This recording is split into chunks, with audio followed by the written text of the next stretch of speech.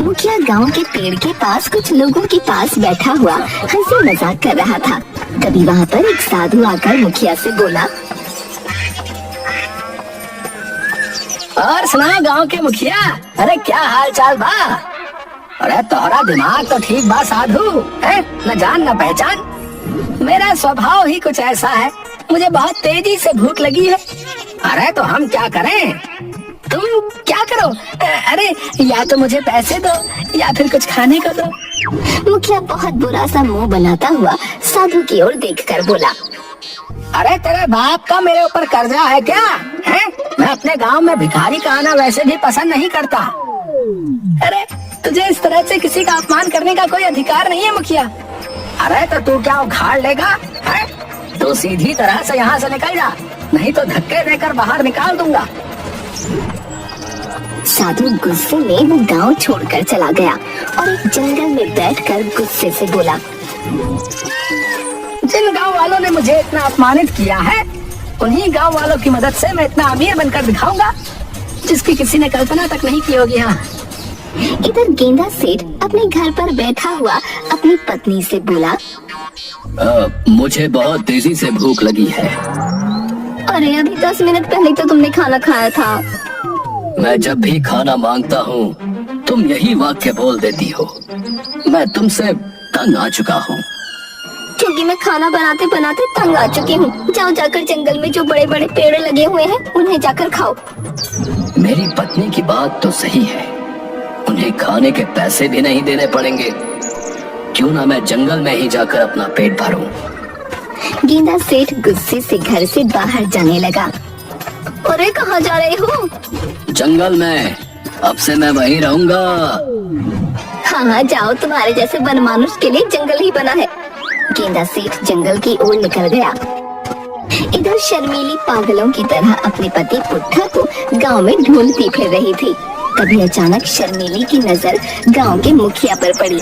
शर्मीली दौड़ती हुई मुखिया के पास जाकर बोली, मुखिया जी, क्या आपने मेरे पति को देखा है?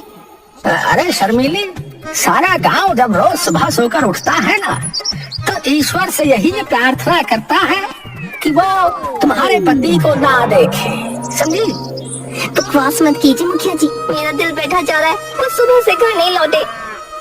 अरे तो जल्दी जाओ, जाकर गांव और घर में उस भुलक्कड़ को तलाश करो शर्मीली। गांव का हर घर का दरवाजा खटखटाकर पूछ चुकी हूँ, मगर पुट्ठा को किसी ने नहीं देखा। तभी वहाँ पर गांव का ही एक व्यक्ति मुस्कुराता हुआ आया और शर्मीली से बोला, मैंने सुबह सुबह पुट्ठा को जंगल की ओर जाते हुए देखा है। सत्यानाश है उस भुलक्कड़ आदमी का। शर्मीली जाओ, जाकर उसे जंगल में ढूंढो। गांव के लोग तो उसे संभाल लेते हैं, लेकिन जंगल के जंगली जानवर उस भुलक्कड़ को ज्यादा देर तक नहीं झेल पाएंगे। हाँ। इतना बोलकर मुखिया और वो व्यक्ति वहाँ से चले गए। शर्मीली बेचारी जंगल की ओर चल पड़ी।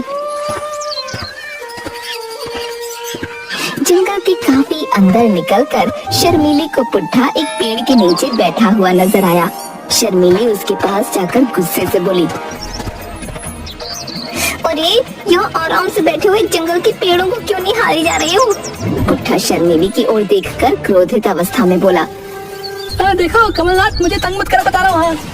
शर्मीली ने एक जोरदार चांटा पुट्ठा के गाल पर जड़ दिया। पुट्ठा की याददाश्त वापस आ गई। अरे शर्मीली, मुझे कितनी देर से भूख लग रही है, जाओ जल्दी से मेरे लिए खाना बना कर लेकर आओ। तभी उस जंगल में शेर की दहाड़ गूंज उठी। शेर की दहाड़ सुनकर कांपती हुई शर्मीली पुट्ठा की ओर देखकर बोली, इसे भी भूख लग रही है, समझे तुम? अरे तुम अपने घर में नहीं बल्कि जंगल में बैठे हो। कुछ देर अगर और यहाँ बैठे तो किसी शेर का तुम स्वयं भोजन बन जाओगे। शर्मीली पुट्ठा का हाथ पकड़कर उसे वहाँ से खींच कर ले जाने लगी। वो दोनों कुछ दूर एक तालाब के पास पहुँचे ही थे कि तभी शर्मीली के कानों में एक साधु के हंसने की आवाज टकराई। शर्मीली ने देखा कि एक साधु तालाब के किनारे बैठा उन दोनों को ही देख रहा था। साधु महाराज, हंसने की बजाय अगर आप मेरे पति का इलाज कर दें तो आपकी बहुत ज्यादा कृपा होगी। महाराज, तेरे पति का इलाज तो है, लेकिन उसके लिए तुझे बहुत दूर जाना पड़ेगा। साधु महाराज, बस ये सही हो जाए, फिर चाहे मुझे इसके लिए कुछ भी क्यों न करना पड़े। साधु रहस्यमयी अंदाज में शर्मीली की ओर देखकर बोला। तो फिर सुनो, तुम्हारे पति का इलाज इस काल में नहीं बल्कि उस काल में है। तभी पुट्ठा साधु की ओर क्रोधित अवस्था में देखकर बोल उठा। और यहाँ से चला जा मूर्ख, है? ये क्या बार बार बाल बाल बोल रहा है? शर्मिली देखो, मैं अपने बाल नहीं कटाने वाला। अबे, मैं तुझसे नहीं तेरी पत्नी से बात कर रहा हूँ बे। अरे इनकी बातों को छोड़िए, आप मुझे बताइए कि क्या इलाज है। यहाँ से कुछ दूर घनी झाड़ियों में एक उड़न खटोला रखा हुआ है जो समय के पीछे ले जाता है। आपका मतलब राजा महाराजाओं के दौर में? तुमने बिल्कुल सही समझा। इस समय एक भुलक्कड़ इस समय उसी सोने के उड़न खटोले के आसपास टहल रहा है। अरे साधु महाराज, हमें उस भुक्कड़ से क्या मतलब? जब तक उस उड़न खटोले में 3 लोग सवार नहीं होंगे वो उड़ नहीं सकता। वो खटोला तुम्हें 500 साल पीछे की ओर एक महल की छत पर उतार देगा। उस राज्य में सुट्टा नाम के एक राजा का शासन है जो तुम्हारे पति का ही हमशक्ल है। तुम्हें किसी भी तरह से उसके राज्य के खजाने के अंदर प्रवेश करना होगा और ढेर सारा खजाना उस सोने के उड़न खटोले पर रखना होगा। याद रखना, उस खजाने में जड़ी बूटियां भी रखी हुई हैं। रात होने से पहले उस उड़न खटोले पर सवार हो जाना, नहीं तो तुम सब हमेशा के लिए वहीं पर फंस कर रह जाओगे। शर्मीली पुट्ठा को लेकर सीधे झाड़ियों में चली गई। वहाँ पर गेंदा सेठ सोने के उड़न खटोले को बड़े ही गौर से देख रहा था। शर्मीली अपने आप से बोली, लगता है यही वो भुक्कड़ है। इसकी तो शक्ल देखकर ये लग रहा है कि ये उड़न खटोले को खाने के बारे में सोच रहा है। शर्मीली गेंदा सेठ की ओर देखकर बोली, क्या देख रहे हो? अरे क्या देख रहा हूँ? क्या तुम्हें इतना बड़ा आम नहीं दिखाई दे रहा? जंगल में यही खाने के लिए तो आया हूँ मैं। अरे मूर्ख, ये आम नहीं बल्कि सोने का उड़न खटोला है। अब जो भी हो, मुझे बहुत तेज भूख लगी है और मुझे तो यही बहुत बड़ा आम जैसा मालूम पड़ रहा है। तुम्हें बहुत तेज भूख लगी है ना? मैं और मेरे पति सोने के उड़न खटोले पर बैठकर एक शादी समारोह में जा रहे हैं। शादी समारोह का नाम सुनकर गेंदा सेठ के मुंह में लार टपकने लगी। अरे तो मुझे भी जल्दी से अपने साथ ले जाओ। सिर्फ शादी समारोह में ही मेरे पेट का कुछ भला होता है।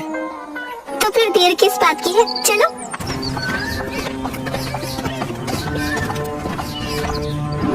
उन तीनों के बैठते ही अचानक सोने का उड़न खटोला हवा में उड़ने लगा। अगले ही पल सोने का उड़न खटोला एक बहुत बड़े महल की छत पर खड़ा हुआ था। अचानक सोने का उड़न खटोला गायब हो गया और उन तीनों ने अपने आप को महल के द्वार पर खड़ा पाया। लगता है हम लोग पिक्चर के अंदर आ गए। बकवास बंद करो और कुछ भी बोलने की आवश्यकता नहीं है। तभी वहाँ पर मंत्री दौड़ता हुआ आकर उन लोगों की तरफ देखकर बोला, महाराज सुट्टा की जय हो। महाराज, आप तो शाम के समय आने वाले थे। आप सुबह सुबह इतनी जल्दी आ गए और बाकी सब कहाँ हैं महाराज? सुबह का भूला अगर शाम को घर वापस आ जाए तो उसे भूला नहीं कहते। वैसे कौन हो तुम? ये सुनकर मंत्री अपनी खोपड़ी खुजाते हुए पुट्ठा की ओर देखकर बोला, महाराज, शायद आपने मुझे पहचाना नहीं। मैं आपका मंत्री। पुट्ठा मंत्री को बहुत गौर से देखने लगा। पुट्ठा मंत्री से कुछ बोलने ही वाला था कि तभी शर्मीली मंत्री से बोली, महाराज की तबीयत सही नहीं है। हम छोटा महाराज के आज से नए साथी हैं। लेकिन इनके साथ शिकार पर महामंत्री भी गए थे। वो क्यों नहीं आए? वो कल तक आ जाएंगे। अब महाराज को और हमें अंदर आने दो। महाराज बहुत थके हुए हैं। तभी सेठ की नाक में अच्छे खाने की सुगंध टकराई। अरे वाह, खाने की सुगंध। महाराज के आने की खुशी में महल के अंदर 2 दिन से दावत चल रही है। कुछ ही देर में पुट्ठा, शर्मीली और गेंदा सेठ महल के अंदर खड़े थे। गेंदा सेठ शर्मीली की ओर देखकर बोला, मुझे तो बहुत तेज भूख लग रही है और इतने अच्छे खाने की सुगंध मैंने आज तक नहीं सूंघी। पहले मुझे भोजन करवाओ। ठीक है चलो। इतना बोलकर शर्मीली मंत्री से बोली, महाराज के नए साथी हैं, इन्हें ना बहुत तेज भूख लगी है। आइए, मैं आपको पेट भर के भोजन कराता हूँ। मंत्री ने गेंदा सेठ को समारोह में बैठा दिया, मगर कुछ ही देर में गेंदा सेठ पूरे समारोह का खाना खा गया और मंत्री से बोला, अब मुझे लग रहा है जैसे कि मेरे पेट में कुछ भारी वजन गया है। जाओ और खाना लेकर आओ। लेकिन खाना तो सब खत्म हो गया। एक व्यक्ति इतना सारा खाना कैसे खा सकता है? क्यों नहीं खा सकता? मुंह से खा सकता है। इस दृश्य को देखकर शर्मीली को अपना सर चकराता महसूस होने लगा। मैंने बड़े बड़े भुक्कड़ देखे, मगर इससे बड़ा भुक्कड़ तो मैंने आज तक नहीं देखा। मुझे तो लग रहा है कि अगर मैंने जल्दी कुछ नहीं किया तो ये सारे राजमहल का खाना खा जाएगा। इतना बोलकर शर्मीली मंत्री से बोली, मंत्री जी कुछ भोजन और दे दीजिए। क्या है ना कि ये जंगल में कई दिनों से भूखे थे। कितने भी भूखे हों, पूरे 400 आदमियों का खाना था। तभी वहाँ पर पुट्ठा आ गया और मंत्री की ओर देखकर बोला, ऐसा लगता है मैंने तुम्हें कहीं देखा है। ये आप कैसी बातें कर रहे हैं महाराज सुट्टा? आपकी तबीयत तो सही है, मैं आपका मंत्री। तभी पुट्ठा ने मंत्री के गाल पर तमाचा जड़ दिया। तुम्हें शर्म आनी चाहिए शर्मीली, तुम मेरी पत्नी, अब तुम कह रही हो तुम मेरी मंत्री हो। मंत्री तुम नहीं, बल्कि इस राज्य का मंत्री मैं हूँ। ये आप कैसी बातें कर रहे हैं? अगर आप मंत्री हैं तो फिर मैं कौन हूँ? आप हैं यहाँ के महाराज सट्टा। महाराज आपको क्या हो गया है? और आप कैसी बहकी बहकी बातें कर रहे हैं? और तो और आपने भिखारी जैसे कपड़े भी पहन रखे हैं। इतना बोलकर मंत्री सभी को गौर से देखने लगा। तभी शर्मीली मंत्री से बोली, हमें इस तरह से देखने की कोई आवश्यकता नहीं है। हम महाराज के नए साथी हैं। अगर ज्यादा दिमाग चलाओगे तो अभी इसी वक्त महल से निकलवा दूंगी। ऐसा मत कीजिएगा। अब मुझे बताओ कि राजमहल का खजाना कहाँ रखा है? मंत्री एक कमरे की तरफ इशारा करते हुए बोला, वहाँ अंदर रखा है। ठीक है तुम जाओ। मंत्री वहाँ से चला गया। लेकिन मुझे भूख लगी है। अरे ओ भुक्कड़, 400 आदमियों का खाना खा चुका है तू। अब क्या इंसानों को भी खाना शुरू कर देगा? मैं अपने पति के इलाज के लिए यहाँ पर आई हूँ, तुझे ठूसाने के लिए नहीं यहाँ पर आई। इतना बोलकर शर्मीली सीधे उस कक्ष के अंदर चली गई। गेंदा सेठ और पुट्ठा भी उसके साथ गए। रात होने वाली है, वो उड़न खटोला महल की छत पर आ गया होगा। इतना खजाना तो मैं लेके नहीं जा सकती। शर्मीली पुट्ठा से बोली, तुम एक काम करो, जल्दी से खजाना महल की छत पर उड़न खटोले पर ले जाओ। और भुक्कड़ तुम यहाँ पर जो जड़ी बूटियाँ दिखाई दे रही हैं, तुम इन जड़ी बूटियों को ले आओ। तब तक मैं बाहर नजर रखती हूँ, क्योंकि असली राजा सुट्टा कभी भी आता होगा। इससे पहले उसकी नजर पड़े हमें यहाँ से रफू चक्कर होना होगा। इतना बोलकर शर्मीली वहाँ से चली गई। पुट्ठा गेंदा से बोला, मैं तो ये भूल ही गया कि मेरी पत्नी ने मुझे क्या ले जाने के लिए बोला है। ये खजाना या फिर ये हरी हरी सब्जियाँ? गेंदा सेठ मुस्कुराते हुए बोला, ये खजाना तो तुम ही ले जाओ और मैं हरी सब्जियों को ले जाता हूँ। मुझे खजाने से कोई मतलब नहीं। मुझे तो ये जड़ी बूटियाँ बहुत ही स्वादिष्ट लग रही हैं और मुझे भी भूख लगी है। इतना बोलकर गेंदा सेठ वो सारी जड़ी बूटियाँ खा गया।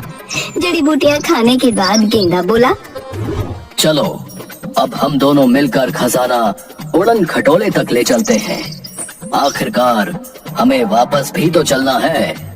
गेंदा सेठ खजाना बोरी में भरकर महल की छत पर रखे हुए उड़न खटोले के पास लेकर आ गया, मगर पुट्ठा और उन बोरियों को दोबारा खजाने के कमरे में ले जाने लगा। ये क्या कर रहे हो तुम? क्या तुमने मेरी पत्नी की बात नहीं सुनी? उसने कहा था कि तुम खजाना ऊपर ले जाओगे और मैं इसी खजाने को वापस खजाने के कमरे में ले जाऊंगा।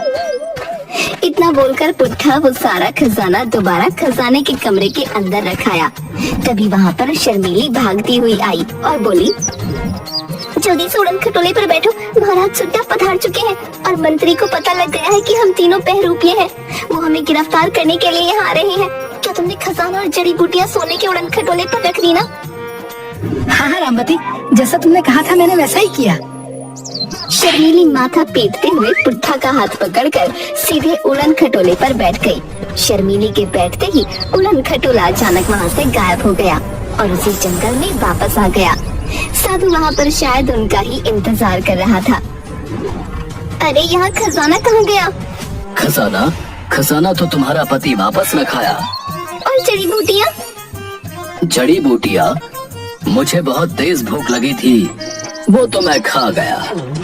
तभी वो साधु चीखते हुए उन तीनों की ओर देखते हुए बोला, तुम तीनों अभी और इसी वक्त इस उड़न खटोले से नीचे उतर जाओ, नहीं तो मैं तुम्हें जलाकर भस्म कर दूंगा।